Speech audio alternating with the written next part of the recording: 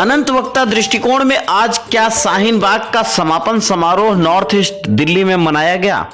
स्वागत है आपका, मैं हूं पंकज उपाध्याय, आप देख रहे हैं अनंत वक्ता मीडिया।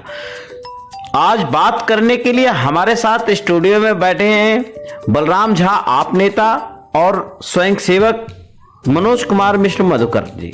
देखते हैं, बात करते हैं। 84 का आप उल्लेख किए थे, मैं थोड़ा इससे पीछे और जाना चाहता हूँ। सन 80 के इर्द गिर्द में बिहार में भागलपुर दंगा हुआ था। तो बिहार में भागलपुर दंगा जो था,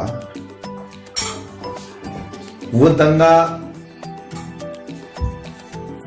हिंदू मुस्लिम पर आधारित दंगा था वहां पर। और अभी तक जो हमने देखा है कि जो दंगा के मुख्य सूत्रधार थे वो राजनीतिक परिधि से बिल्कुल बाहर चले गए हैं। चाहे वो भागवत झा आजाद हो, चाहे कांग्रेस के जगदीश टाइटलर हो, चाहे सज्जन कुमार अब सलाखों के पीछे हैं बहुत दिनों के बाद, या आज के भी कुछ लोग जो हैं सज्जन कुमार और जगदीश टाइटलर बनने के होड़ में लगे हुए हैं, जो आज के दिल्ली दंगे, नॉर्थ ईस्ट दिल्ली दंगे के जो सूत्रधार लोग हैं। ये बहुत ही दुर्भाग्यपूर्ण बातें हैं। और ये देखा गया है कि कुछ ज्यादा उपलब्धि हासिल नहीं होती है दंगों के उपरांत। राजनीतिक परिदृश्य में कुछ ज्यादा उपलब्धि मिलती नहीं है, लेकिन फिर भी लोग जो हैं अपना एक प्रयोग जब सारे संसाधनों से हार जाते हैं तो ये घृणित उपयोग ये शुरू कर देते हैं। शाहीन बाग की का जो नींव रखा गया दिल्ली चुनाव के परिप्रेक्ष्य में, उसी का चुनाव अभियान तो खत्म हो गया, लेकिन सही मायने में देखा जाए तो ये चुनाव अभियान के समापन समारोह का ये एक अंतिम छिटपुट घटना माना जा रहा था। जिस तरह से शाहीन बाग सुलग रहा था धीरे धीरे, वो अगर कोई अंजाम तक नहीं पहुंच पाया तो एक जो है छोटा समापन हुआ है। यानी आप मान रहे हैं कि जमुना पार की स्थिति शाहीन बाग का समापन समारोह है।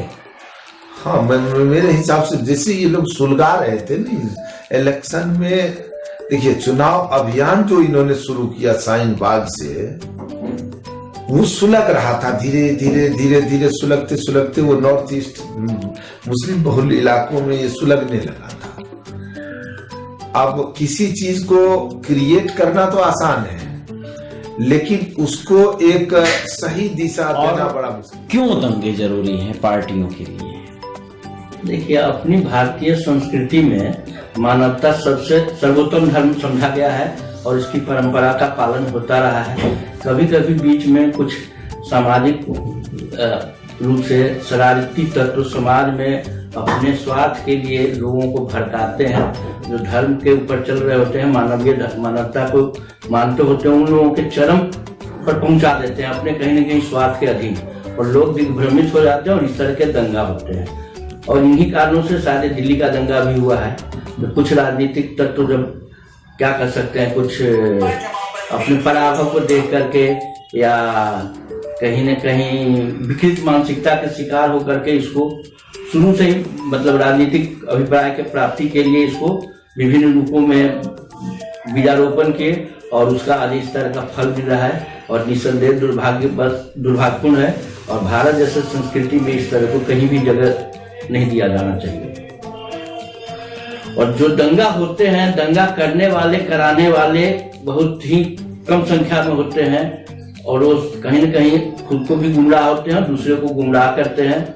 और जो दिल्ली में अभी वो चल रहा है, कुछ हद तक तो चल ही रहा है, उस पर सरकार का नियंत्रण नहीं हो पाना, विभिन्न स्तर के सभी सरकारों की बात मैं कर रहा हूँ, तो कहीं न कहीं उनका प्रत्यक्ष या अप्रत्यक्ष संपोषण ही है उस तरह के तत्वों को, जिससे कहीं न कहीं उनका राजनीतिक स्वार्थ की पूर्ति हो सके। और सही माने में वो सरकारें जनता के हित के लिए नहीं होती है, समाज के हित के लिए नहीं होती है, राष्ट्र हित के लिए नहीं होती है, और इसका निसंदेह प्रतिकार किया जाना चाहिए, यथोचित प्रतिकार।